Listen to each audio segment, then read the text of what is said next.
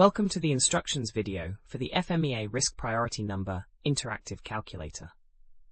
This tool helps you quantify and prioritize potential failure modes by calculating the risk priority number, which combines severity, occurrence, and detection ratings into a single actionable metric. To use this calculator, you'll need to enter 3 ratings, each on a scale from 1 to 10.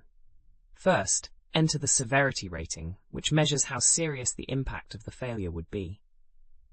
For our example, let's enter 8 for a high severity issue. Next, enter the occurrence rating, representing how frequently the failure might happen.